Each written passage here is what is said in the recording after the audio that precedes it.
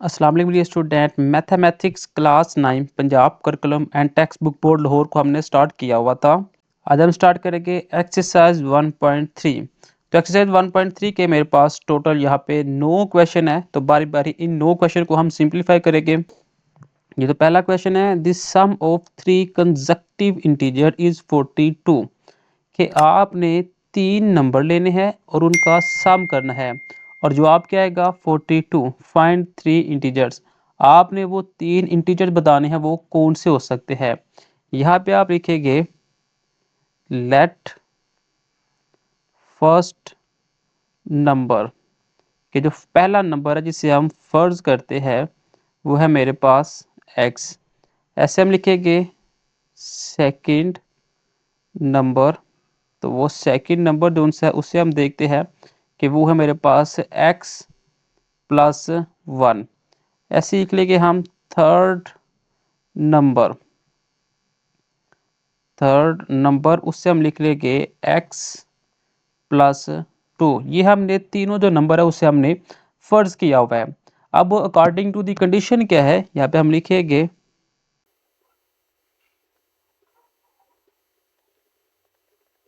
According to the condition के तीनों number को क्या करना है, हमने सम करना है। तो पहला नंबर आ गया मेरे पास x, दूसरा नंबर मेरे पास आ गया x प्लस 1 और तीसरा नंबर हमारे पास आएगा x प्लस 2। सबको सम करेंगे तो आंसर क्या आएगा 42। तो ये भी x है, ये भी x है और ये भी x है। ये मेरे पास आ जाएगा 3x। ये 1 है, ये 2 है, तो ये मेरे पास आएगा प्लस 3 इज इक्वल आ जाएगा 42 के। अब ये प्लस का 3 है, इक्वल किस तरफ आके माइनस का 3 हो जाएगा।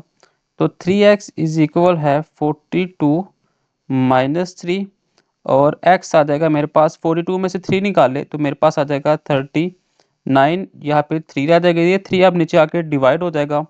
तो x इज इक्वल आ जाएगा 39 डिवाइडेड बाई 3 और x मेरे पास आ गया 3 1 दा 3 और 3 3 दा 9। ये मेरे पास आ चुका हुआ है x।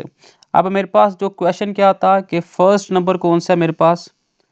फर्स्ट नंबर जो हमने लिखा हुआ था वो क्या था मेरे पास x, और अभी x का आंसर क्या आ रहा है 13। तो यहाँ पे हम लिख देंगे इज इक्वल 13, कि वो जो पहला नंबर था वो क्या है 13। और सेकंड नंबर अगर हम लिखें सेकंड नंबर, तो सेकंड नंबर है x प्लस 1, यानी कि x मेरे पास 13 था प्लस 1, तो ये मेरे पास आ जाएगा 14। ऐसे हम लिखेंगे थर्ड नंबर।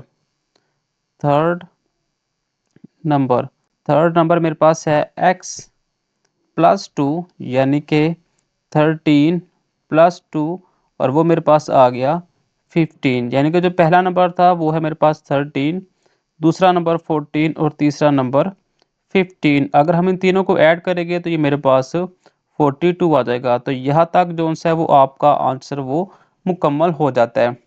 नेक्स्ट क्वेश्चन मेरे पास है, the diagram show the right angle triangle A B C. आपको एक right angle triangle A B C, देखिए ए बी सी शो करवाई गई है। In which the length of A C, इनमें जो ए और सी की जो लेंथ है वो दी हुई है √3 प्लस √5 सेंटीमीटर।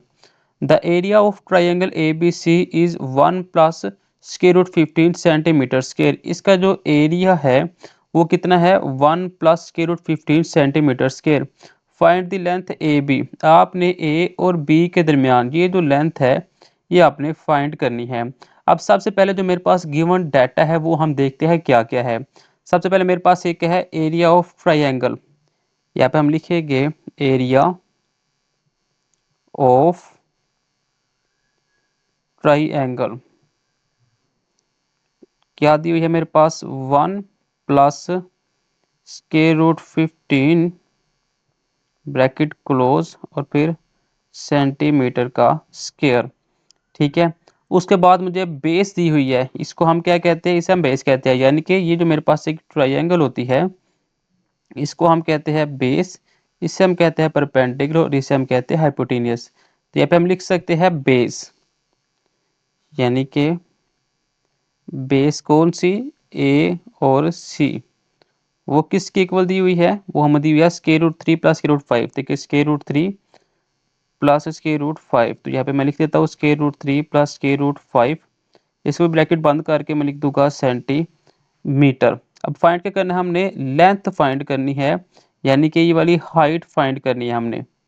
ठीक है, यहाँ पे हम लिख देते हैं height A B, HEIGT, height A B, ये हमने फाइंड करनी है। तो यहाँ पे हम लगा देते हैं क्वेश्चन मार्क।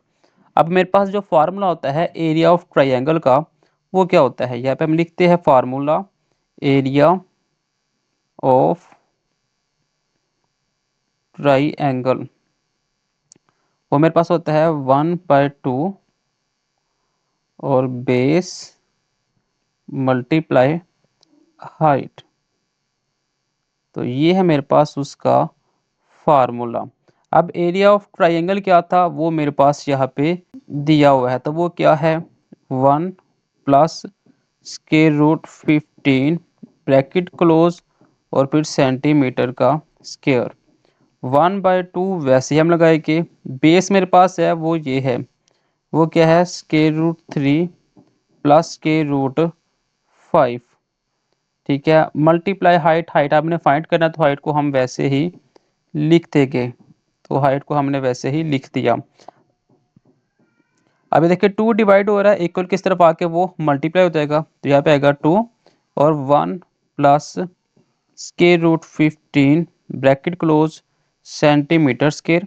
अब ये रकम ऊपर मल्टीप्लाई हो रही है, तो नीचे आके ये डिवाइड हो जाएगी, तो ये आ जाएगी square root 3 plus square root 5, और यहाँ पे मेरे पास आ गया हाइट, तो यहाँ पे हम सिंपल लिख लेते हैं हाइट। अब देखिए मेरे पास जो हाइट आ चुकी हुई है वो क्या आ चुकी हुई है, सो इसके नीचे साथ में सेंटीमीटर भी था। ठीक है, ये सेंटीमीटर इस सेंटीमीटर से कैंसिल, तो ऊपर जो मेरे पास बच रहा है वो है के ब्रैकेट के अंदर 1 प्लस के root 15 bracket close divide square root 3 plus square root 5 is equal है हाइट। ये मेरे पास इसकी हाइट बच रही है जी। तो अगर अब हम हाइट को थोड़ा सा सिंप्लीफाई करेंगे, तो यहाँ पे मैं लिख देता हूँ हाइट, ये मैंने हाइट लिख दिया, इससे हम सिंप्लीफाई अब करने लगे हैं। सिंप्लीफाई कैसे करेंगे, ऊपर मेरे पास जो रकम लिखी हुई है वो तो मैं वैसे ही लिख दूंगा 1 प्लस के रूट 15, और जो नीचे रकम लिखी हुई थी वो थी square root 3 plus square root 5। इससे हम ऊपर नीचे मल्टीप्लाई करवा देंगे, दरमियान वाला साइन चेंज करके या फिर कह ले कॉन्जुगेट लेकर। तो ये मैंने ऊपर नीचे उसको मल्टीप्लाई करवा दिया। ऊपर मेरे पास आ गया 2 और 1 प्लस स्क्वायर रूट 15 वैसे ही, ऐसे square root 3 minus square root 5 bracket close कर देंगे, और डिवाइड में देखिए ये x प्लस वाई, ये x माइनस वाई, तो ये मेरे पास आ जाएगा स्क्वायर रूट 3 का स्क्वायर माइनस स्क्वायर रूट 5 का स्क्वायर।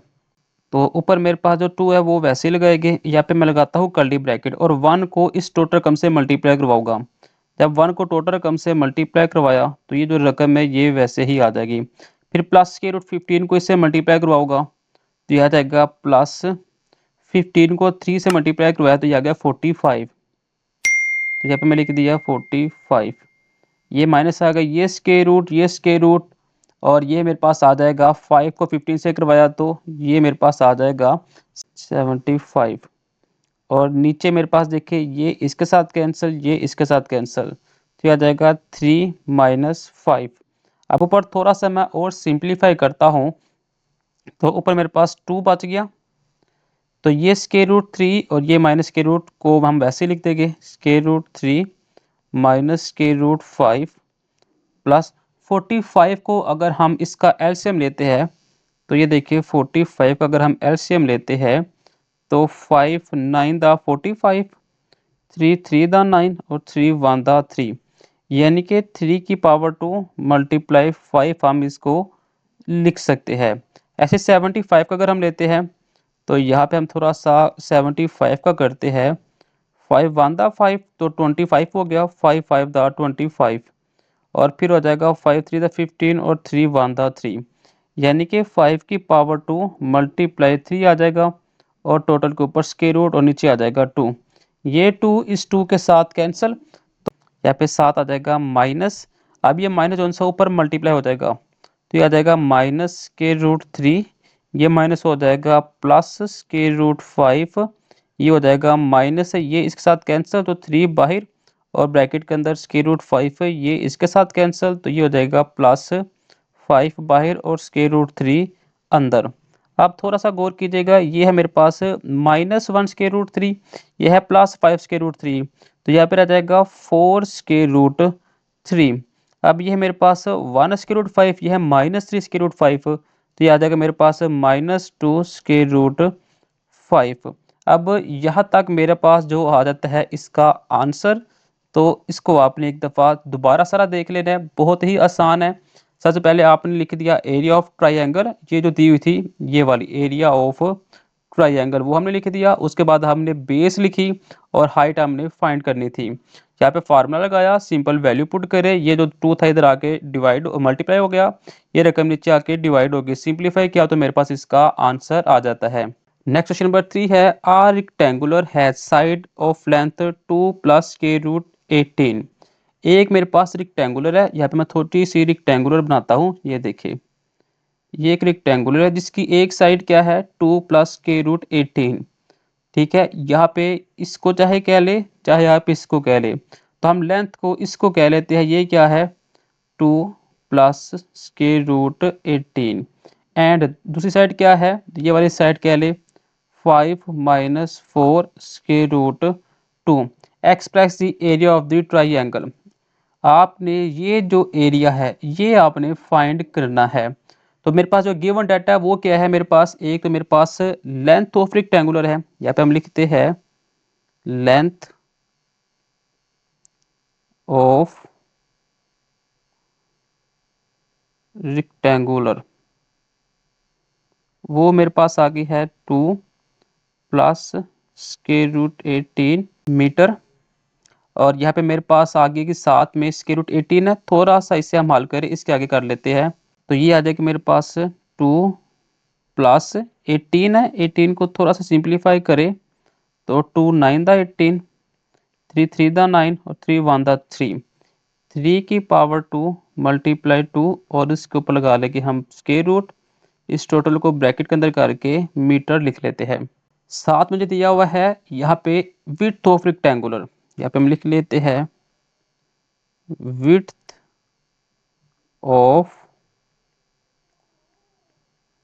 रेक्टेंगुलर, वो है मेरे पास 5 minus 4 divided by square root 2 और जिसे हम ब्रैकेट लगाते हैं, साथ में हम लिख लेते हैं मीटर। इसे भी हम थोड़ा सा सिंप्लीफाई करेंगे तो 5 माइनस 4 स्क्वायर रूट 2 है, तो ऊपर नीचे हम स्क्वायर रूट 2 के साथ मल्टीप्लाई और डिवाइड करवा देंगे ताकि जो नीचे स्क्वायर रूट है वो ख़त्म हो जाए। तो ये आ जाएगा मेरे पास 5 minus 4 square root 2 divided by 2 और ये आ जाएगा मेरे पास 5 माइनस ये इसके साथ कैंसिल तो आ जाएगा 2 स्क्वायर रूट 2। तो ये मेरे पास थोड़ी सी सिंप्लीफिकेशन थी जो मैंने की, क्या किया ये जो स्क्वायर रूट था इसको ऊपर नीचे मल्टीप्लाई करवाया, ये इसके साथ मल्टीप्लाई होगा, ये इसके साथ, आगे इसलिए मल्टीप्लाई नहीं हुआ क्योंकि यहाँ पे माइनस का साइन था, तो ये ऊपर नीचे डिवाइड हो गए, तो ये मेरे पास इसका जो विड्थ है रेक्टेंगुलर की वो आ जाती है। अब सिंपल हम यहाँ पे लिख लेते हैं फार्मूला। फार्मूला क्या लगाना हमने, एरिया ऑफ रेक्टेंगुलर, वो मेरे पास क्या होती है, वो है लेंथ मल्टीप्लाई विड्थ। अब लेंथ मेरे पास क्या दी हुई है, वो है मेरे पास 2 प्लस 3 स्क्वायर रूट 2, क्योंकि इसे हम थोड़ा सा सिंप्लीफाई करेंगे तो ये मेरे पास जो रकम है वो और सादा अल्फाज के अंदर आ जाएगी 2 प्लस 3 स्क्वायर रूट 2, तो वही मैंने यहाँ पे लिख दिया हुआ है। 7 मीटर था तो मीटर हम वैसे ही लगा देंगे, मल्टीप्लाई विड्थ दी हुई है मेरे पास 5 माइनस 2 स्क्वायर रूट 2 और इसको भी ब्रैकेट लगा के साथ में मीटर लगा देंगे। अंदर इसे मल्टीप्लाई करवाएंगे तो 2 को सबसे मल्टीप्लाई किया है 5 to the 10 minus 2 to the 4 square root 2 plus इस रकम को इससे मल्टीप्लाई किया 3 5 द 15 स्क्वायर रूट 2 प्लस और माइनस माइनस हो गया 3 2 द 6, ये भी स्क्वायर रूट है, ये भी स्क्वायर रूट है, तो ये आ जाएगा डॉट 2। ये आ गया मेरे पास 10। अब ये देखिए ये 4 स्क्वायर रूट 2 है, ये 15 स्क्वायर रूट 2 है, तो यहाँ पे मेरे पास आ जाएगा 11 square root 2 minus 6 to the 12, तो ये मेरे पास आ गया 11 स्क्वायर रूट 2 माइनस 2। और ये भी मीटर था, ये भी मीटर था, इसको हम ब्रैकेट में करके लिखते गए मीटर स्क्वायर, और यहाँ पे भी हम लिखते गए मीटर स्क्वायर, और इसको भी ब्रैकेट के अंदर करके लिखते गए मीटर स्क्वायर, और यही इसका आंसर है। नेक्स्ट है मेरे पास find two number who sum is 68। आपने दो नंबर लेने हैं, उसको सम करना है, तो जवाब क्या आएगा 68, एंड डिफरेंस, फिर इसको आपने माइनस करना है उन दो नंबरों को, तो जवाब क्या आना चाहिए 22। तो यहाँ पे देखिए सबसे पहले मैंने क्या लिखा, लेट फर्स्ट नंबर, जो फर्स्ट नंबर है उसे हमने कह दिया कि वो क्या है x, सेकंड नंबर उसे हमने कह दिया कि वो क्या है y। ठीक है, according to the condition, condition क्या थी, उन दो नंबर को क्या करना आपने सम करना है, तो देखिए x प्लस वाई किया तो जवाब क्या आना चाहिए 68, तो देखिए 68, फिर उन दोनों को क्या करना था, डिफरेंस यानी कि माइनस करना था, तो x माइनस वाई, जवाब क्या आएगा 22, तो यहाँ पे हमने लिख दिया 22। दोनों को हमने कर दिया ऐड, ऐड इक्वेशन 1 एंड 2, इसे इक्वेशन 1 का नाम दे दिया, इसे 2 का नाम दे दिया, और दोनों को ऐड कर दिया, तो ऊपर x plus y is equal 68, नीचे x minus y is equal 22। ये जो माइनस वाई है प्लस वाई माइनस वाई के साथ कट गया, ये प्लस एक्स 2x हो गया, तो यहाँ पे 8 और 2 10, 0 का इधर आ गया 1, यहाँ पे कैरी 6 और 1 7 8 9, तो ये आ गया 90। 2 मल्टीप्लाई हो रहा है, नीचे आके डिवाइड किया तो 90 डिवाइडेड बाई 2, तो आ गया मेरे पास 45। अब आपने 45 को क्या किया है, इक्वेशन नंबर 1 के अंदर पुट किया हुआ है। ये इक्वेशन नंबर 1 थी, यहाँ पे मैंने x की जगह पे 45 लिख दिया, y वैसे ही 68 भी ऐसा है, ये 45 इक्वल के इस तरफ आके माइनस 45 हो गया, यहाँ पे आ गया 23, यानी कि जो फर्स्ट नंबर था x वो आ गया मेरे पास 45, और जो सेकंड नंबर था y वो मेरे पास आ गया 23। अब नेक्स्ट है, कहता है the weather in Lahore was unusually warm during this summer 2024। 2024 के अंदर लाहौर का एक वेदर रिपोर्ट किया गया है। The TV news report the temperature at 48 degree Celsius scale, centigrade कह रहे हैं या फिर सेल्सियस स्केल कह रहे हैं, तो यहाँ पे मेरे पास जो टीवी रिपोर्ट ने टेम्परेचर को नोट किया है, टेम्परेचर कितना है 48, वो हमने यहाँ पे लिख दिया हुआ है। बाय यूजिंग फार्मूला, कहता है ये वाला फार्मूला इस्तेमाल करते हुए आपने फ़ारेनहाइट स्केल के अंदर वैल्यू निकालनी है। तो यहाँ पे मैंने फ़ारेनहाइट के अंदर वैल्यू निकालनी थी, वो मैंने लिख लिया, फार्मूला जो दिया हुआ था वो मैंने लिख दिया, Fahrenheit is equal 9/5 centigrade plus 32।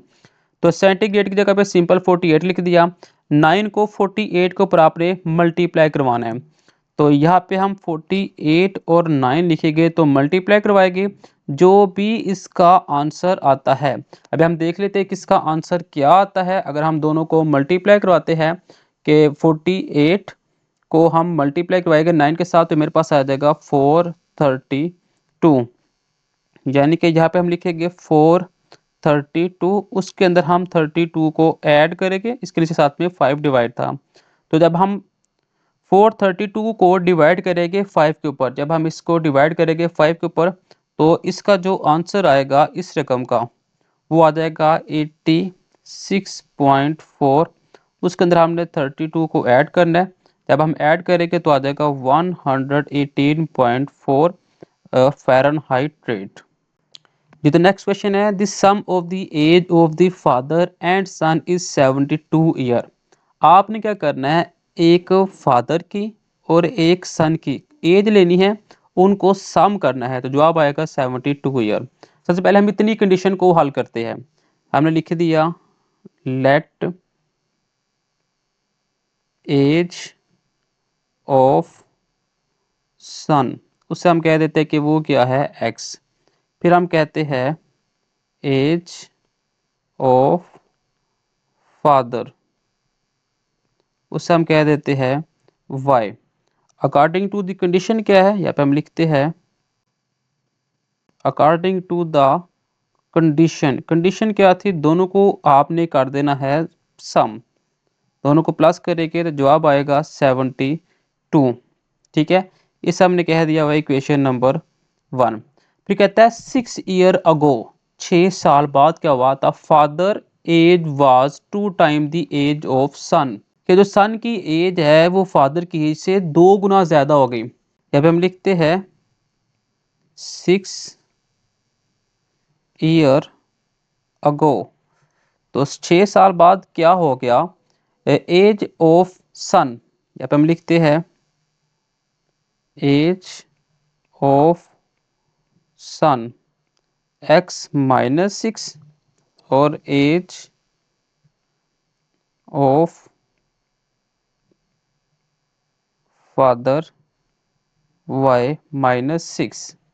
According to the condition क्या कह रही थी, अकॉर्डिंग टू कंडीशन के जो फादर की एज है y-6 और जो बेटे की एज है वो बेटे की एज क्या हो जानी चाहिए, 2 टाइम अगो। इसको हम साथ 2 से मल्टीप्लाई करवाएंगे, तो यहाँ पे मेरे पास आएगा, ये आ गया मेरे पास y-6 इज इक्वल है 2x-12। अब ये जो 6 है इक्वल के इस तरफ आके हो जाएगा +6, तो y की वैल्यू जो मेरे पास आ गया वो आ गया 2x-6। अब ये जो मेरे पास y की वैल्यू आई हुई है इसको मैं पुट करूँगा, इस वैल्यू को मैं पुट कर दूंगा इक्वेशन नंबर 1 में। यहाँ पे मैं लिखता हूँ put value of y in equation 1। तो यहाँ पे मेरे पास है x प्लस वाई की जगह पे मेरे पास आ जाएगा 2x-6 इज इक्वल आ गया 72। ये -6 इक्वल के इस तरफ आ जाएगा, तो ये x प्लस 2x ये हो जाएगा मेरे पास 3x इज इक्वल है 72 प्लस 6, तो 3x मेरे पास आ गया 78। तो x मेरे पास आ गया 78 डिवाइडेड बाई 3, तो x मेरे पास आ गया 3 टू द 6 और ये 18 और 3 9 द 18, ये मेरे पास x आ चुका हुआ है 29। अब हम यहाँ पे लिखेंगे कि 6 ईयर अगो क्या हुआ था, 6 ईयर अगो एज ऑफ सन क्या थी, एज ऑफ सन वो थी मेरे पास x-6। अब x की जगह पे हम क्या लगाएंगे 26-6 तो मेरे पास आ गया 20 ईयर। तो हमने एज ऑफ सन ही बतानी थी, तो वो मेरे पास आ चुका हुआ है 20 ईयर।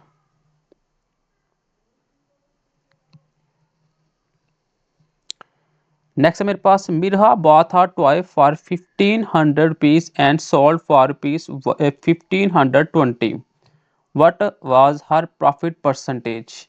हमने परसेंटेज निकालना है कि जो मिरहा है उसने एक खिलौना 1500 रुपये में खरीदा और 1520 रुपये में सेल किया हुआ है। यहाँ पे हम लिखेंगे कॉस्ट प्राइस, कॉस्ट प्राइस वो मेरे पास आ गई ₹1500।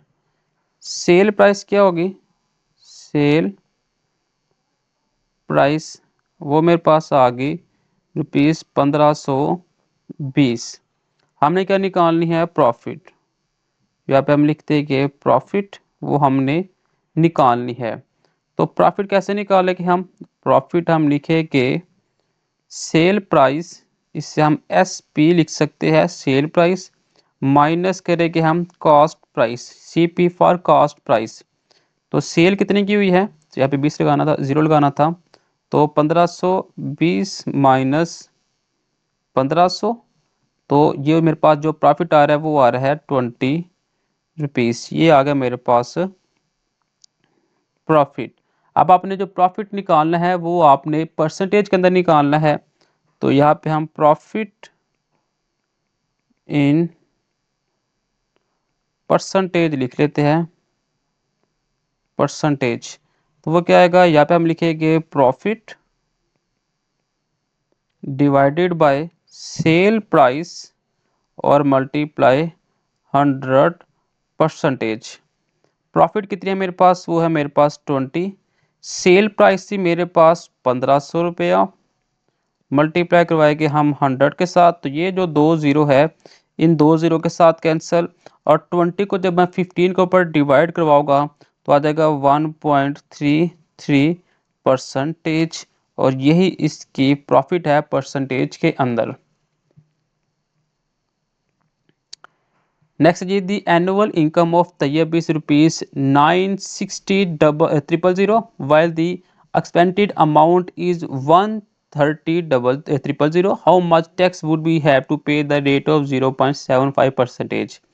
कि जो तैयब है उसकी जो एनुअल इनकम है, सालाना आमदनी है, वो है 9,60,000 रुपया, जबकि उसके जो अखराजात है वो है 1,30,000 रुपया।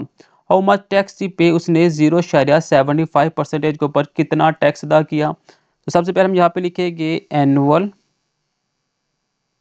इनकम। एनुअल इनकम कितनी है? 9,60,000 रुपये। ठीक है, और एक्सेप्टेड कितनी होगी? यहाँ पे हम लिखेंगे एक्सपेंटेड अमाउंट, वो है 1,30,000 रुपीज। ठीक है, अब हमने टैक्स अमाउंट निकालनी है। यहाँ पे हम लिखते हैं टैक्स अमाउंट, वो है मेरे पास एनुअल इनकम माइनस एक्सटेम्प्टेड अमाउंट। ठीक है, AI एनुअल इनकम है। ठीक है, आपने यहाँ पे कंफ्यूज नहीं होना। वो है 9,60,000 रुपीज माइनस 1,30,000 रुपीज। जब दोनों को हम सिंप्लीफाई करेंगे तो यहाँ पे आ जाएगा 8,30,000 रुपीज। ये हमारे पास जो टैक्स है, टैक्स अमाउंट मेरे पास ये आ जाती है। अब हम यहाँ पे लिखेंगे rate of tax. Rate of tax वो है 0.75%। यहाँ पे हम लिखेंगे amount of tax, amount of tax वो है 0.75% ऑफ 8,30,000 रुपीज़।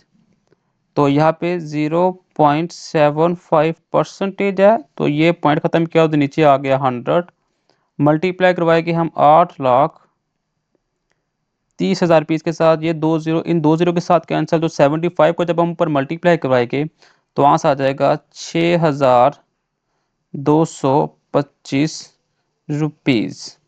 जी, तो नेक्स्ट है मेरे पास find the compound markup on rupees 3,75,000 for 1 year at the rate of 14% compounded annually. हमारे पास एक मार्कअप दिया हुआ है जो कि 3,75,000 रुपये है 1 साल के लिए, जिसके ऊपर रेट क्या दिया गया है? 14%। आपने सबसे पहले यहाँ पे जो वैल्यू दी हुई है कंपाउंड मार्कअप, वो आपने फाइंड करना है। तो यहाँ पे मैं लिख दूंगा कंपाउंड मार्कअप, जिसे हम CM के नाम से भी लिख सकते हैं, कंपाउंड मार्कअप। ये हमने फाइंड करना है। अमाउंट जो मेरे पास दी हुई है यहाँ पे हम लिख लेंगे अमाउंट जो मेरे पास दी हुई है कितनी? 3,75,000 रुपीज़, वो हम यहाँ पे लिख लेंगे। और टाइम हमें कितना दिया हुआ है यहाँ पे हम लिख लेंगे टाइम, वो से हम T से शो करके लिखते कि 1 ईयर। ठीक है, और रेट कितना दिया हुआ है जिसे हम R के नाम से शो कर देंगे, कैपिटल R भी लिख सकते हैं, स्मॉल r भी आप लिख सकते हैं, वो है 14%। अब मेरे पास जो कंपाउंड निकालने का फार्मूला होता है वो है मेरे पास P, और ब्रैकेट के अंदर आएगा 1 प्लस यहाँ पे रेट और डिवाइडेड बाय 100, और इसकी पावर हो जाएगी T यानी कि टाइम। ये मेरे पास फार्मूला होता है। आप सिंपल जो P मेरे पास दिया हुआ है वो मेरे पास यहाँ पे प्राइस भी कह सकते हैं या अमाउंट है वो है, R मेरे पास यहाँ पे रेट दिया हुआ है, और जो टाइम है वो मेरे पास T आ जाएगा। आप ऐसे भी कर सकते हैं, या फिर आप यहाँ पे लिख सकते हैं कि हमने कंपाउंड कितने परसेंट पे निकालना था, 14% के ऊपर। ठीक है, तो ये जो परसेंटेज है इसे जब हम ख़त्म करेंगे तो उसके लिए हम नीचे लगा देंगे 100। ठीक है, अब 14% किस में से निकालना है, वो हमने टोटल अमाउंट में से यानी कि 3,75,000 में से निकालना था।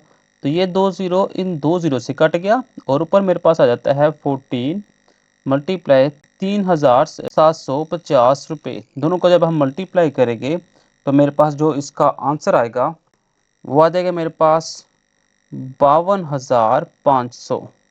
ये मेरे पास इसका आंसर आ जाता है, यानी कि जो कंपाउंड मार्कअप होगा वो होगा 52,500 रुपये। तो ये थी मेरे पास एक्सरसाइज 1.3 जिसको हमने कंप्लीट किया।